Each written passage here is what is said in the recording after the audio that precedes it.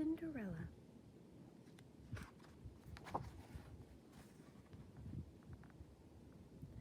Once upon a time, in a tiny kingdom, there was a gentle and lovely girl named Cinderella.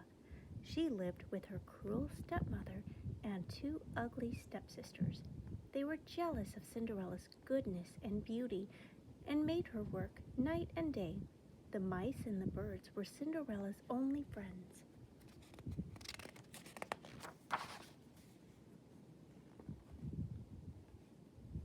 Cinderella did all the cooking, scrubbing, washing, and mending, while her selfish stepsisters did nothing. But Cinderella never complained. She believed that someday her dreams of happiness would come true. One day, an invitation arrived from the king. That night, a royal ball was to be held in honor of the prince. Every young maiden in the kingdom was commanded to attend.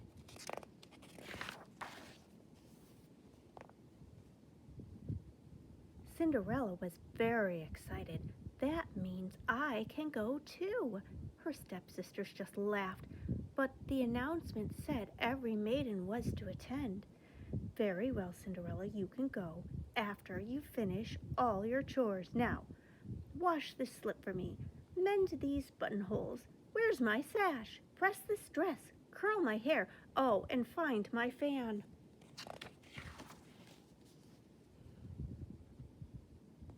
They kept Cinderella busy all day long. Then it was time to leave. Why, Cinderella, it's time to go. You're not even dressed for the ball. I didn't have time to dress. But the wicked stepsisters just laughed and left for the ball. Cinderella tried not to feel badly. Oh well, what's a royal ball? I suppose it would be frightfully dull and completely wonderful. She burst into tears and ran away into the garden.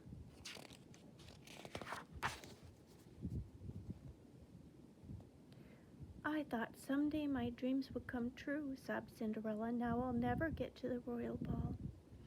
Yes, you will, child, but we must hurry. Cinderella looked up, and there stood her fairy godmother. Let's see now, said the fairy godmother.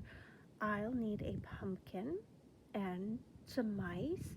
Then she waved her magic wand and sang these magic words, bippity-boppity-boo. To Cinderella's amazement, the pumpkins became a splendid coach, and the mice turned into elegant horses.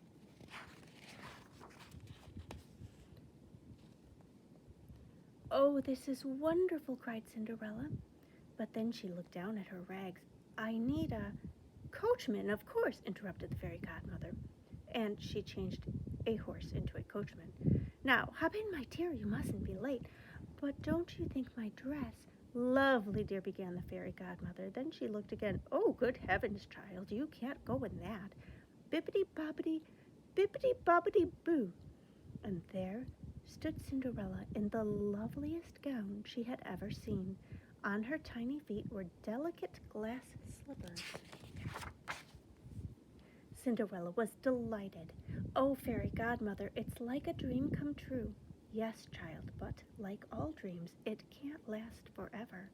On the stroke of midnight, the spell will be broken and everything will be as it was before. I'll remember, promised Cinderella. Oh, it's more than I ever hoped for. Thank you, fairy godmother. Bless you, my child. Now hurry up, it's getting late. Cinderella stepped into the pumpkin coach and was whisked away to the royal ball. The king's ballroom was magnificent. Every lady in the land was dressed in her finest gown, but Cinderella was the loveliest of them all. When the prince saw charming Cinderella, he fell in love instantly.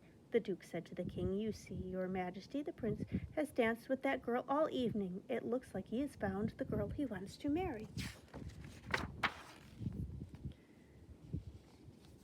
All at once, the tower clock began to strike midnight. Cinderella cried, Oh, I almost forgot, and without another word, away she ran, out of the ballroom and down the palace stairs. On the way, she lost one of the glass slippers, but she couldn't stop to get it. Cinderella stepped into the magic coach and quickly drove away. As the clock struck for the 12th time, the magic ended. Cinderella was left with a pumpkin, some mice, and the memory of her wonderful evening. The next morning, the whole kingdom was wondering who the mysterious girl was. The only clue was the lost slipper. The Grand Duke carried the glass shoe from house to house looking for its owner, but the prince for the prince had said he would marry no one but the girl who could wear the tiny slipper. Every girl in the land had tried to put the slipper on. The ugly stepsisters tried the hardest of all, but it was no use. Not a single girl could fit her foot into the glass shoe.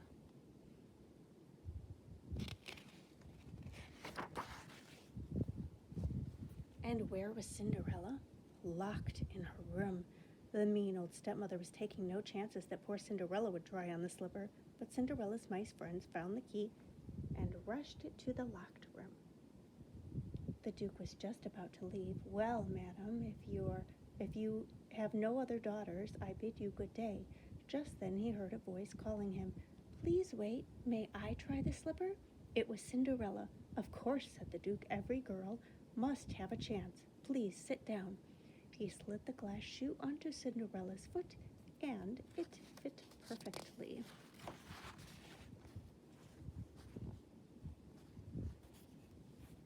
Cinderella's dream had come true. No longer would she slave for her cruel stepmother and her foolish stepsisters. She would marry the prince and live happily ever after. And what became of the little mice who had been Cinderella's only friends? They went to the palace too, and they all lived happily ever after.